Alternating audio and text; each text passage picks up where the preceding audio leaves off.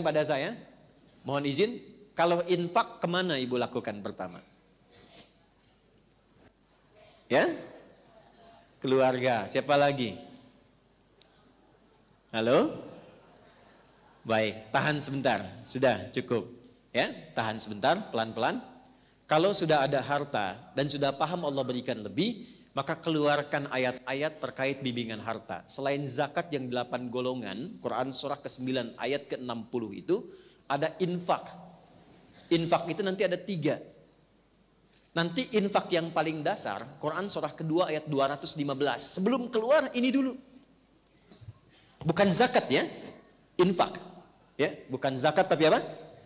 Quran surah kedua ayat 215. Yas'alunaka madza yunfiqun. Mereka bertanya padamu Muhammad SAW, apa yang harus diinfakkan dan kemana disalurkan? Perhatikan jawabannya. Qul ma anfaqtum min khair falil walidain. Katakan, sampaikan Muhammad SAW, kalau ada yang mau infak, pertama siapkan yang terbaik untuk diinfakkan. Siapkan yang kalau mau ngasih pakaian, pakaian yang baik. Ngasih makanan, makanan yang baik. Jangan makanan lihat pun sudah nggak enak diserahkan ke orang. Jelas? Ibu punya 100.000 yang bagus sekali, segar. Tak masih bunyi. Yang kedua, yang sudah layu, orang India bilang the kill of the kumel. Ya? Tiba-tiba mau infak, yang dikasih itu yang bagus, yang jelek. Oke? Nah, kaidah Quran mengatakan berikan yang bagus. Tapi poinnya bukan itu. Kemana diberikan? Ternyata yang pertama diinfaki itu orang tua. Orang tua tidak menerima zakat, ingat. Tidak dizakati. Sekalipun terlihat orang tua kesulitan dalam ekonomi, maka yang pertama ditanyakan pada diri kita, Anda anaknya kok bisa membiarkan demikian? Jangan pernah menyimpulkan dizakati. Ustaz, ayah saya boleh nggak dizakati? Kan fakir juga. Marah. Kenapa Anda anaknya membiarkan ayahnya fakir? Kenapa Anda biarkan ibu kesulitan? Sementara Allah titipkan pada Anda harta yang berlimpah. Kalau di surat Al-Ahqaf ayat 15 itu sindirannya tajam. Kamu merasa kaya, merasa hebat, merasa sukses. Padahal 70% dari saham kesuksesan itu adalah tangisan ibumu yang saat kamu masih kecil memohon kepada Allah di malam hari. Jangan jadikan anak saya seperti saya ya Allah. Tinggikan derajatnya, banyakin ilmunya, nyamankan tidurnya. Padahal bapakmu yang peluh keringatnya itu yang saat mencangkul di sawah. Serabutan bekerja. Sekarang kami simpulkan itu karena jasamu. Karena kerja kerasmu.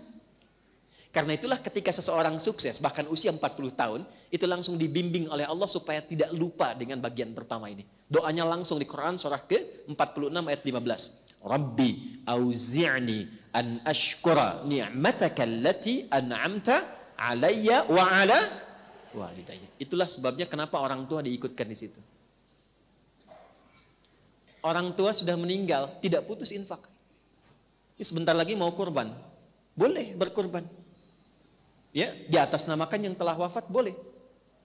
Boleh. Ya. Dan itu sudah banyak hadisnya tentang itu. Kemudian misalnya, alhamdulillah saya punya uang 50.000. Apa yang paling mudah dilakukan? Beli mushaf misalnya. Kasih ke penghafal Quran. Niatkan kepada Allah untuk berbakti kepada kedua orang tua. Itu setiap dibacakan ngalir pahalanya. Jadi berbuat baik pada orang tua itu selalu cepat dijawab oleh Allah. Jadi kalau ibu ingin menerjemahkan amalan Sayyidah Khadijah dengan hartanya, kalau beliau dulu punya Nabi, sekarang kita bawa ke tingkat tertinggi yang diletakkan pengabdiannya setelah ibadah kepada Allah. Quran surah 17 ayat 23. Wa qada rabbuka alla ta'budu illa iyyahu wa bil walidaini ihsana. Makanya Ibnu Abbas radhiyallahu taala anhuma, beliau sampai berfatwa begini, saya tidak melihat amalan terbaik yang bisa dilakukan untuk mendapatkan rahmat Allah atau kama qala kecuali birrul walidain. Bakti pada orang tua. Sekalipun sudah meninggal, tetap muliakan, minimal dengan doa. Masih ingat kan doa yang melahirkan jariyah? Waladin salihin yad'u. Doa anak soleh. Nah sepanjang masih hidup, ibu jangan simpulkan, saya rasanya belum solihah. Kalau begitu jadi solihah. Dekati Allah. Dekati Allah. Dan saat sudah ibadah itu berdoa.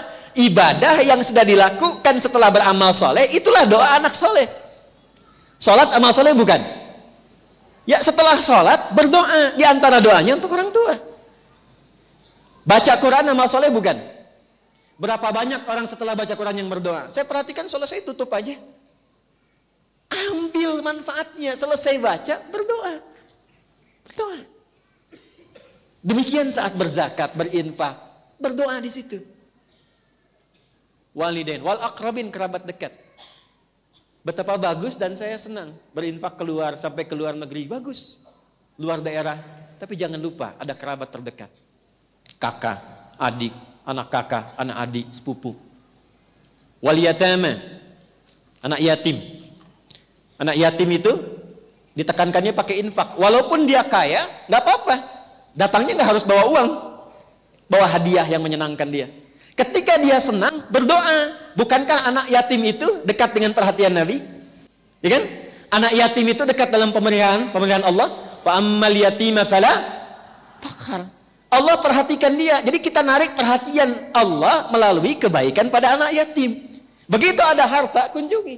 Kalaupun saudara meninggalkan yatim ada anaknya dan dia kaya, nggak harus bawa uang. Mungkin 1 juta nggak ada apa-apanya buat dia. 1 miliar nggak ada harganya karena hartanya triliunan misalnya. Tapi 1 mobil-mobilan mungkin berkesan tuh anak itu. Ketika dia merasa bahagia dan senang, Allah pun memberikan taufiknya dan datang kemuliaannya kepada keluarga ibu. Wal masakin, orang miskin. Yang kelima, wabnis sabil, yang kesulitan dalam perjalanan. Termasuk itu anak-anak yang sekolah. Kenapa nggak ibu bikin program beasiswa? Biaya SPP-nya. Ya, itu tinggi nilai di hadapan Allah Subhanahu wa taala.